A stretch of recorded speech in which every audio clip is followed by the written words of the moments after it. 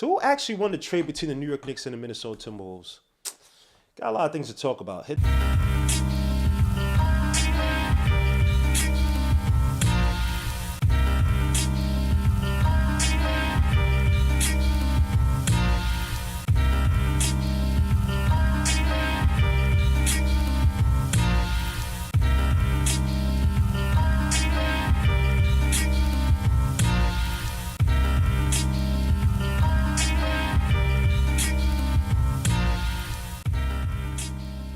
Before we get started, make sure to hit the like, subscribe to the channel, use a dark notification bell to get each and every notification for each and every video I put out there. Also visit underdogfantasy.com to win up to $1,000 on your first deposit using the code word Legion or LOK. Legion.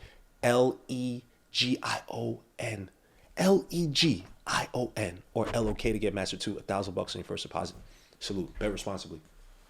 So obviously, after the win versus the Minnesota Timberwolves, the big elephant in the room question is who won the trade between the New York Knicks and the Minnesota Timberwolves. Now, obviously, to recap it, who was actually traded, the main players. The Hornets were third piece utilized, but the main players involved was my brother in Christ, DiVincenzo, not my brother in Christ, Julius Randle, traded to Minnesota Timberwolves for Karl Towns and James Nanji. Yeah. Obviously, the Hornets used to help to facilitate the trade. But the real issue, or the real, not issue, but the real reason for the trade on the Minnesota Timberwolves side is that they wanted to free up some cap space. They were well above the second apron. They had around $237 million on the books for the season that they kept Cat.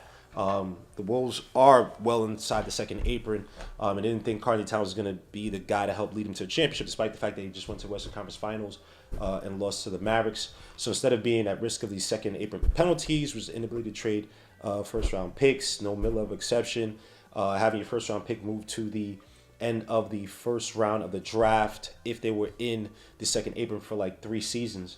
And so instead of risking those penalties, they said, hey, let's just retool. Let's reshape this team. Let's move away from the Karl Towns paradigm, $55 million off the books. Obviously, Nasri's a guy they liked a lot, $6 million a year, player who's making over $13 million, I believe, this season, has a player option for next season. See him as a better two-way fit with the Wolves, a guy that they were benching for Karl Towns in the playoffs last season at times just because of the fit. And so they say, hey, let's try to retool this and let's try to move away from him, create some cap space, bring over Julius Randle. They're probably not going to re-sign DiVincenzo, who they could keep. And I'll get to why they could actually keep him. So let's get to the actual pieces, the players that are involved in Julius Randle and DiVincenzo to kind of see, okay, who's actually won this trade, the Knicks or the Wolves. So let's start off with the Brahma Bull, the Tasmanian Devil, Beyblade, Julius Randle, who, again, when you look at his production on the surface, it always seemed decent. He's always productive. Quotation marks. I know it's mad corny. 28.2 points a game this season, 6.7 total rebounds, 6.8 total rebounds, was actually lower than what he had last year with the Knicks. 3.9 assists, shooting 48.3% from the field, 36% from three. It always sounds decent with Julius Randle, but you also have to take a deeper dive. Now, look at Randle. It's an odd fit with Anthony Edwards on the court. Him and Gobert, obviously, you saw the issues with him and Gobert. He's missing Gobert when your man Gobert had a smaller defender locked down in the paint. Julius Randle doesn't make the pass. Gobert just mops around, walks around, gets a second violation. By the way, I've seen Gobert with the Jazz not even want to touch the basketball because he was spooked in a pick and roll. People like to kill Donovan Mitchell for jacking up a lot of shots in the playoffs with the Jazz. I know why. Royce O'Neal was missing shots. Joe Ingles was missing shot. Bojan Bogdanovic was missing shots. Your man Gobert could not even grab the ball, control the ball off the pick and roll. So Gobert, I would still pass to you in that position that Reynolds in, but you be Garbaggio in offense. Let's not even talk about it. But anyway, but it's still an odd fit with Julius Randle on the court with other guys like Anthony Edwards. Where does he really fit? He doesn't really run the pick and roll now. He's actually doubled his frequency of the pick and roll this season at 6.8%. Last year, he was only running 3.7% last year with the New York Knicks, which is pathetic. 3.4% or whatever with the Knicks. In terms of his total possessions, only scoring 0.97 points per possession this season, which is good for the 31st percentile. So he's not really using his physicality to the basket. I know he had the shoulder injury, but he wasn't running the pick and roll with the Knicks even when he was healthy. So that was never really going to be a weapon that the Wolves could really count on. Him and Anthony Edwards just have a kind of like a pass the ball and see type of offense. Anthony Edwards swears by Randle's toughness and whatnot, but I think he might be just putting on a little bit to keep the morale up for the team. You know, he's a guy who came out and said they don't really, you know, guys don't really talk about blah before. But I think he's just doing that to kind of boost up Julius Randle because everybody at the end of the game or at the end of the day knows that Julius Randle, if you don't involve him in the game, if you don't boost him up, he's not going to be involved, right? So you kind of saw that in the last game against the New York Knicks where they started him off with the heavy usage. That's why he had 21 of his 24 points in the first half of the game, 15 of his 24 points in the first quarter. Right, it's the whole heavy usage. Get him going, allow him to do what he wants to do, and then you have a more engaged Julius Randle at the end of the game, which honestly is not a strategy that works. Tom Thibodeau used this strategy when the last 1.5 season that we had Julius Randle. Remember all those games Julius Randle was allowed to shoot threes at the beginning of games, and you just saw Jalen Brunson just pass him, allow Randle to get involved. But then there were games where Randle was either missing shots or early on. Remember the Bucks game where your man Brunson had 43 points? What was Julius Randle doing most of that game besides bricking shots early on? After he was bricking shots early on and realized it was going to be a Jalen Brunson game and the game was still close, your man was just standing on the court. He wasn't helping to truly rebound, wasn't helping to defend, helping to do nothing. So everybody knows you have to get Julius Randle involved early on or he's not going to feel engaged. They understand that both coaches, Finch and Tibbs, are cognizant of Randle's inability to involve himself in the game if he does not have that early usage. And again, the same tunnel vision, right? Like I said with Gobert, some of the head-shaking decisions he makes with the ball in his hands, right? Don't let that game winner fool you that he had the other day, or not the other day, but some weeks ago. Julius Randle is what he is and always will. And mind you, the same Chris Finch that was with Julius Randle in New Orleans Pelicans. When Julius Randle had to play more of a point forward, AD went down, then Drew Holiday went down. Julius Randle was getting guys involved with that. So it's the same Chris Finch that Randle called the genius. Maybe he got into his ear to say, hey, look for guys, blah, blah, blah, try to move around the ball, try to be more of a facilitator type. And it's not showing this season. Julius Randle is going from 5 assists last year to 3.9 this season with the Wolves. Granted, he's not going to be the controller of the run of the offense, but they do give him some leeway in the Minnesota Timberwolves offense, right? They put the ball in his hands, and granted, Gobert stands in the paint, so the Julius Randle body down into the low block offense and then feed it to players. It's just not going to be as effective. You see so many times this season where he's had some ugly ass turnovers. But honestly, Chris Finch is really failing to get the best out of Randle. And this is the same guy who's unable to get the best out of Karl Towns. Last year, you talked about how talented Karl Towns was, but you saw the same I don't say stagnant, but the same inability to get that hyper impactful Karl Towns on offense like you see now. They had a lower rank. They had one of the last ranked offenses last year, bottom 10 last year, just like they have right now. So it's not really working for Chris Finch. So like I said in my other video, got to put a lot of blame on Chris Finch. Is an inability to get the best out of so-called talented team. Now, granted, definitely different context. Julius Randle's up for a contract this season. He's not nowhere near as talented as Cat, so I'll give him a little leeway on that. But Randle with his attitude, the woman contract, the talks between him and the Wolves front office, you don't really hear much of anything. Bro, he's the biggest impediment to his own offensive impact. He just doesn't get it. Let's not even talk about defense. Dude is still good for 8 points being added to opponents' box scores per 100 when Randle's on the court versus when he is, right? In a year that he's supposed to be selling out on defense and showing his wares that he can be a team player, he still doesn't get it. Mind you, the Wolves have the fourth best ranked defense in the league, despite Julius Randle and the minutes he's playing, right? So imagine they get even an average defender who could complement their offense. Julius Randle right now is looking like, yeah, we're going to erase $30 million off the books. Nothing more, nothing less. Randle's not really proving much of anything. His attitude sucks. The fans see it. They've been clamoring to get this guy out of Minnesota. I mean, the memes. I mean, some of them are pretty disrespectful. I wouldn't go that far. But Randle right now is not proving to be a winner in this trade whatsoever. You think his toughness would have been an asset, but it's just like, man, he doesn't know how to hone it in and make it an impact for the rest of the squad, no matter what Anthony Edwards says. Now, let's get to my son, Dante DiVincenzo. It's going from like a bona fide overachiever, which, the New York Knicks always love. We love the IQs. We love the John Starks and whatnot. But, and the player, he went from, this guy who was getting a great feel in the city, man. He had his teammates here from college. You could just feel he was a fire starter, hit some big shots, fearless. How many games has he saved us in? Where he could hit those big threes, and he just ice grill. Now he's turned into a shell of himself, man. This guy's only averaging 8.5 points a game off of 36% shooting from the field, 32.5% from three. That pales in comparison to the 44% he shot last year and 40% from three with the Knicks. Now, granted, he's not starting, still getting 29 minutes a night versus 20. Sorry, he's getting 24 minutes a night with the Wolves versus 29 with the Knicks as a starter. Granted, 24 is still good enough. I think his usage right now is at like 18% versus 21. So again, it's not a major drop off, but it's just hard to believe that a guy who's been so well traveled in the league, he's going, you know, the guy who got drafted in Milwaukee, got injured in the Kings. They had plans for him, went over to the Warriors, refound himself, was on nightly basis, taking on some of the team's best slashers at the guard position, improved his three-point shooting, learned a lot under Kerr, how to actually, Kerr and Curry, but overall Kerr, how to fix his three-point shooting to become a more effective scorer from the outside, and finding a home in New York, which is not easy. This guy had to come in, replacing Grimes, who was trash. Really, Brunson was really shining bright last season early on. Randle was struggling. Obviously, this is before the OG Anunoby trade, but this guy, he inserted himself into the starting lineup. He didn't do it. Tibbs put him into the starting lineup, but showed his wares, man. You just felt like, yo, he's the perfect prototype for the overachiever, making okay. It's like not crazy money, $14 million. Now, granted, to his benefit, he's averaging more assists a season, 3.4 to 2.7 last year. And to be fair, to give him credit, he does do better after the first 18 games of the season. There was a tweet that was put out. I apologize, I can't remember who exactly put out the tweet, but I found the stats. It says, stats in the first 18 games versus the rest of the season. In 2022-23, when he's with the Warriors, he averaged in the first 18 games 5.1 points per game, one three-pointer made a game, 31.6% from three-point, and 49.4% effective field goal shooting.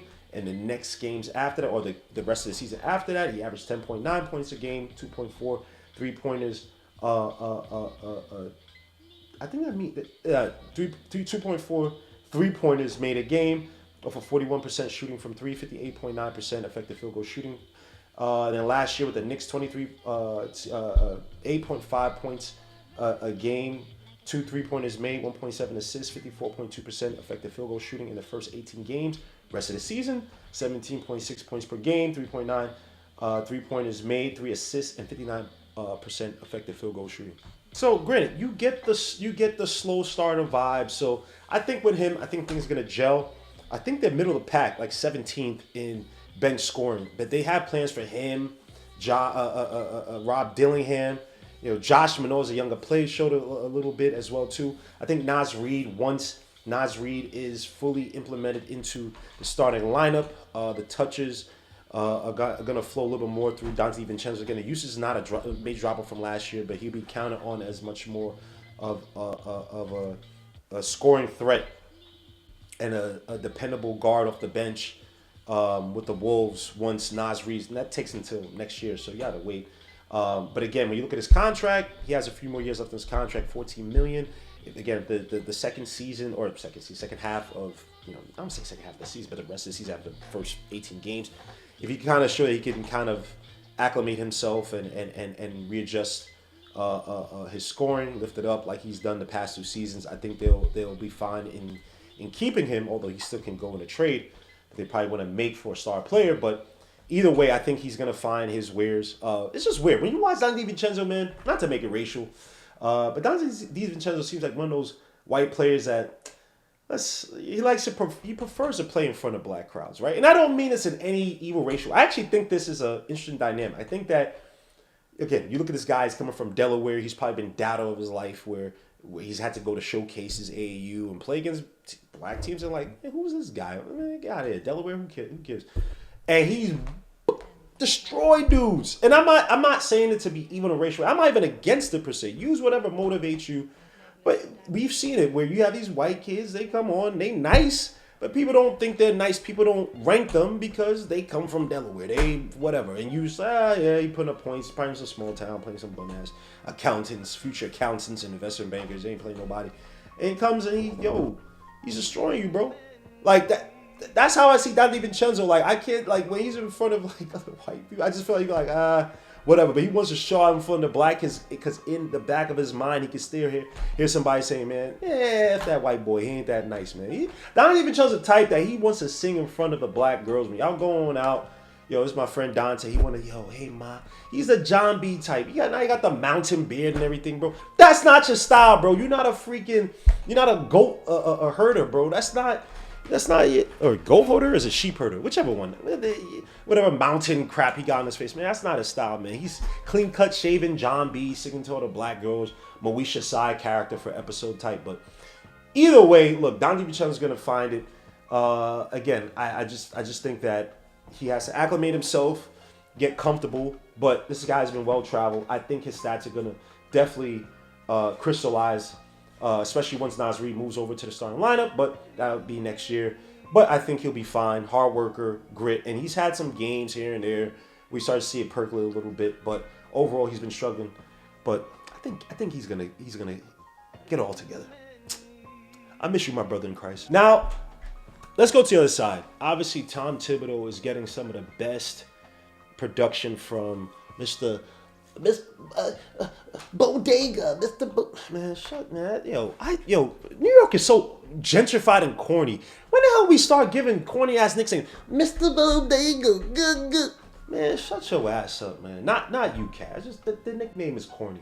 But anyway, I apologize. Your man is putting up 25 points a game with 53.5% shooting, career best 46% from three, career best 14.2 rebounds, which also leads the NBA. Also leads the NBA in contested rebounds on the defensive end.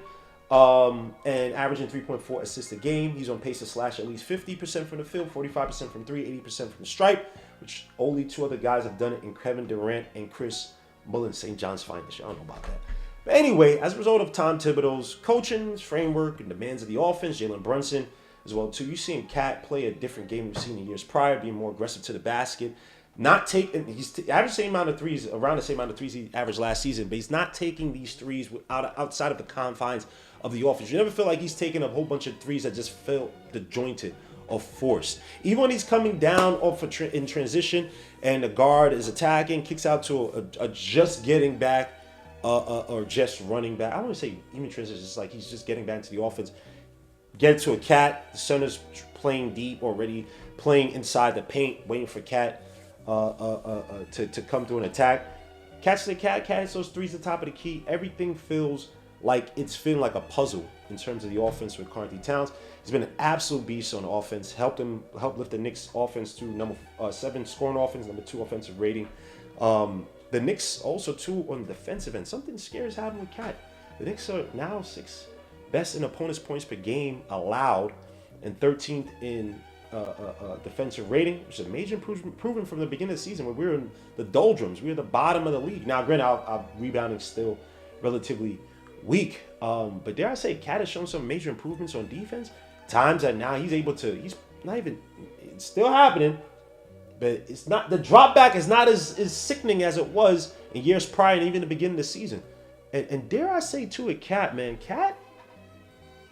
Cat's defensive impact, where at the beginning of the season, he was good for giving up 10 more points per 100 possessions when he was on the court to opponents. Right now, defensive ratings are around at like 113 even. On or off. Who the fuck? Yo, who the hell is this guy? The crazy thing about this is that your man, like I said before, is leading the league in rebounds. He's 3rd in total contested rebounds. I believe he's number 1 in contested defensive rebounds. So he's holding his own defensively. He's not doing the drop back as blatant as, I mean, he is still doing it, but he's improving. He's trying to step up on screens. They want to make this a more switchable defense with pressure to it in the game. But Cat, for all intents and purposes, he's becoming a better, at least a more trying defender, right? You give a lot of credit to Tom Thibodeau, something that Chris Fitch really couldn't get Cat to do literally on both ends of the floor in terms of being just more of an impactful player. So to me right now, with Cat's improvements on defense and also taking into account the Knicks have gone for, I think it's like 11th in the league in allowing second chance points per miss, right? I think we're actually even worse than that. But I want to say beginning of the season, start the season, we were like 11th. Knicks are typically elite on that end, typically from the rebounding end. But the Knicks this season in the last 15 games are fifth in the league in allowing second chance points per miss. So again, a lot of credit goes to this Knicks defense, improving defense. I see my son Kyle Bridges out there the other night against the Pelicans playing some excellent defense. Muito bene. But got to give credit to Karl Towns with the contested rebounds on the defensive end. The Knicks right now are 16 in total defensive rebounds, still like 23rd or something like that in offensive rebounds. Not Tom Thibodeau's cup of tea. He likes to typically control the offensive boards. But again, Karl Towns has been, a major factor in that improvement on not just the rebounding end, but the second chance opportunities given up. So all in all, man, I look at this as a Knicks winning this trade so far, right? Obviously, they're going to have some money to play with, not re-signing Julius Randle, who's kind of $30 million is going to come off the books, but they have to re-sign Naz Reid.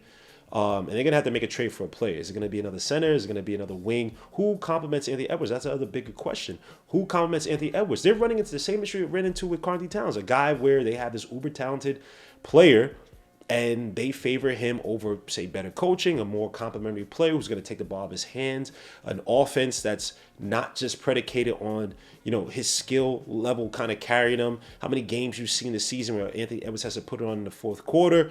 He could become a volume shooter, get a little outside shooting heavy, trying to lift the team back, and they use the defense to kind of quell the other side. How many times you've seen that? So they have a decision to make. Now, granted, it was a little bit different. But it's the same thing where it's like we have this uber talented player, and what are we gonna do?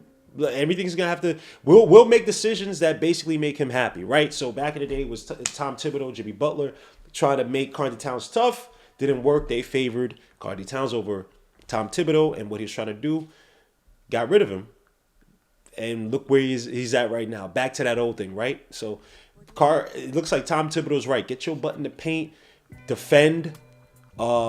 Shoot threes when necessary, when it's within the rhythm of the offense. It seems to be working now. And the Minnesota Timberwolves would love to have what we have right now. They don't want to repeat that Karl Towns situation. They would love to have what the Knicks have right now, to be an offensive a team that can give you elite offense as well as defense. The fact that Anthony Edwards couldn't make it work with Cat even in the slightest, that's an indictment on not just Cat and Anthony Edwards, but also on Chris Finch. Give me Tom Thibodeau any day. Give me this offense any day with Jalen Brunson and Karl Towns and the flanks on the wings versus what the Wolves are doing.